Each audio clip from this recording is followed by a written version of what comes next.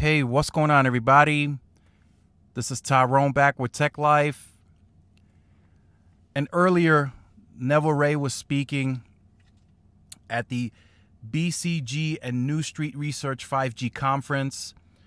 He was interviewed on stage by Jonathan, and it was a very, I would say, is about 3 to 4 questions, but Neville speaks very long in his answers, so there's a long transcript.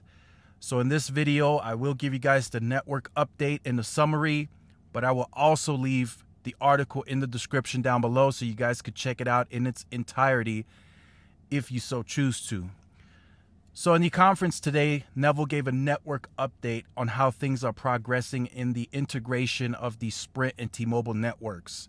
Now, if you guys have been following me for some time now, these network updates that Neville Ray has been giving are, I think I said it in plenty of videos, are under promising and over delivering.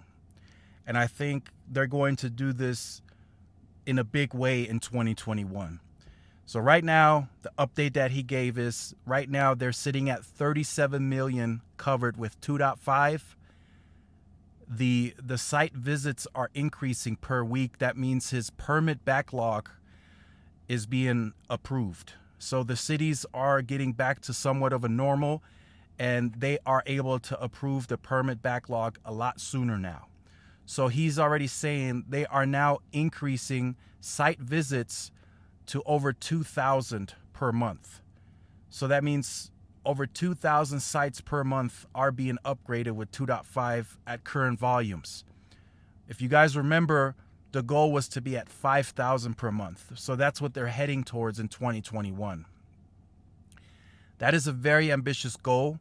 He stated right now they're at 37 million covered. They will be at 100 million covered by the end of the year, and then 200 million by the end of 2021. So like I said, if you guys want to read the full article, I will leave it in the description down below. But if they can go from 37 million to 100 million in about a month and a few weeks, with the volume of site visits being at 2,000 per month, they're going to achieve a lot more next year. So there's no way they're going from 100 million to 200 million in one full year if they're going to end up at the volume of 5,000 site visits per month. That's just not going to happen. I've said it in my videos several times. I believe they will achieve 200 million people covered with 2.5 by summer.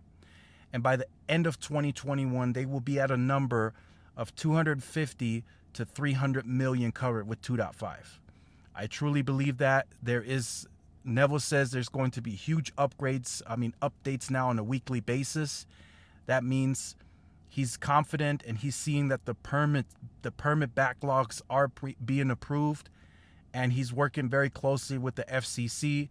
So with that, they're getting approved a lot faster now. He says he's not building new sites. He's not building crazy amounts of small cells like the other guys. He's referencing, of course, Verizon and AT&T.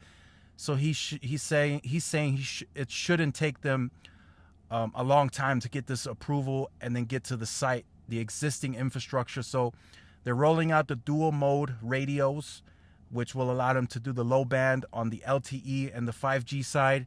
And then those sites are getting the 2.5 as well. So again, like I said, here I'm seeing it. They're doing 3-4 site upgrades per day very, very rapidly. I've been speaking with Tech Extremist. He's now as well seen that in Phoenix. Phoenix is in the top 5 cities in the entire United States. El Paso is in the top 5 market for T-Mobile as a company. So both cities are and have huge traffic for T-Mobile. So again, it may not be the same in your area as I've stated, but it should start within the coming months. If you haven't seen any traffic, you should start seeing some traffic pick up in your areas as they get to that 5,000 per month site visits. So of course, there's still more needed for T-Mobile. There's still new sites that will need to be added. That's coming. That's in the process. But right now, the integration has really taken priority. So he's saying millimeter wave, new site builds that'll likely come towards the end of this integration. Millimeter wave, he's saying, should not be the first priority. It should be the last. So he's going to add millimeter wave infrastructure where needed. Venues, stadiums, urban downtown districts. That's where he will add the the millimeter wave. The 2.5 is going to go on existing infrastructure that's already out there, already built. And then he says some of the new builds that are still coming in from permits that have been approved 2-3 years ago, they will also touch those sites with 2.5 and band 71 as well. So there's a lot of work ongoing for T-Mobile on a daily.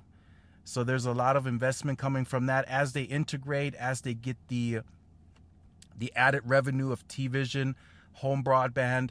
They're just going to naturally grow. And of course, the synergies are going to help with the merger, but they're naturally going to grow into a behemoth of a company over the next 5 years, I would say. They're already bigger now in terms of footprint with the Sprint revenue and the Sprint customer. If they can retain a good amount of that Sprint customer, move them over to the T-Mobile network, give them that experience, then maybe do another revamping of the plans to make it more attractive for the Sprint customer. If they can retain and still grow at the rates that they've been growing on a quarterly basis, they're going to become a behemoth of a company, and I think they're going to become a problem for AT&T first, and then Verizon second. There are a lot of customers, AT&T, that are looking for a way out, but right now don't have, in some cases, have a way out because either there isn't another home internet provider in the area, so they don't want to break up the bundle. There is a specific area that they have service in with AT&T that nobody else covers well.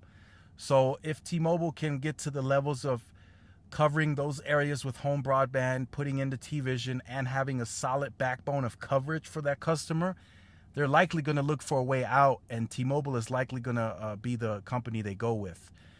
Because Verizon has a triple play as well, but theirs is not on the nationwide scale yet.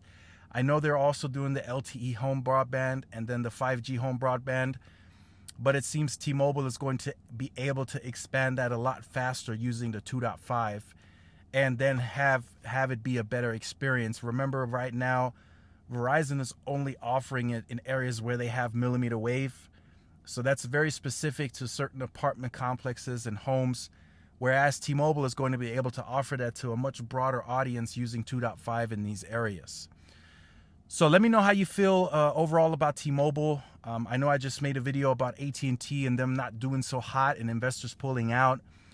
Again, AT&T still has major problems. I'm going to make a video about that in the future as well. Customer service is still horrid. The system, people are still saying that the app is nowhere near the competition in terms of Verizon, T-Mobile. The .com website, the AT&T.com website lags. So there's still a lot for AT&T to improve, and they haven't. So I know I've been told people are looking for a way out, but the fact that there isn't another option for home broadband or TV perhaps in those areas directly, people just haven't left and they're putting up with it. But if there's a solid option that emerges from this T-Mobile merger and integration, then I can see people starting to move and shift over from AT&T.